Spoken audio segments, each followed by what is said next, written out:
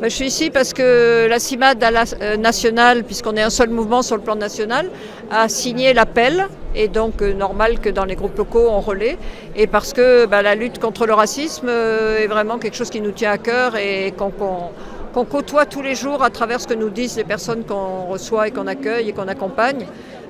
Donc voilà, ça nous paraît absolument essentiel, quoi. Qu'est-ce que vous constatez à la CIMAD aujourd'hui ? Alors à la CIMAD, on constate d'abord une augmentation énorme de gens qui viennent nous voir parce que les gens ont peur, les gens sont inquiets. Les gens, même de gens qui sont là depuis très longtemps, en situation régulière, ils se demandent avec les nouvelles lois s'ils vont pouvoir rester en France ou pas, s'ils vont pouvoir un jour être naturalisés. Certains même qui sont naturalisés récemment expriment une inquiétude, est-ce qu'on ne va pas pouvoir me retirer ma nationalité ? Voilà, donc on sent aussi, et puis des gens qui sont là depuis 3 ans, 4 ans, 5 ans sans papier, qui avaient l'espérance un jour d'être régularisés, et avec cette espérance qui a beaucoup reculé depuis la loi Darmanin de janvier 24 et la circulaire Retailleau de janvier 25.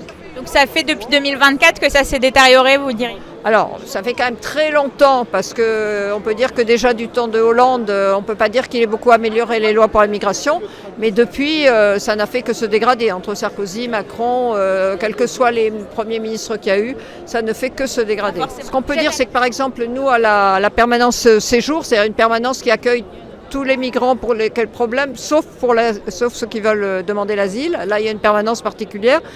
On est passé, maintenant, tous les lundis, on a entre 80 et 100 personnes, alors qu'on tournait beaucoup plus autour de la soixantaine. Donc, quand ça ? Je dirais jusqu'à il y a 2 ans, quoi. Voilà. Oui.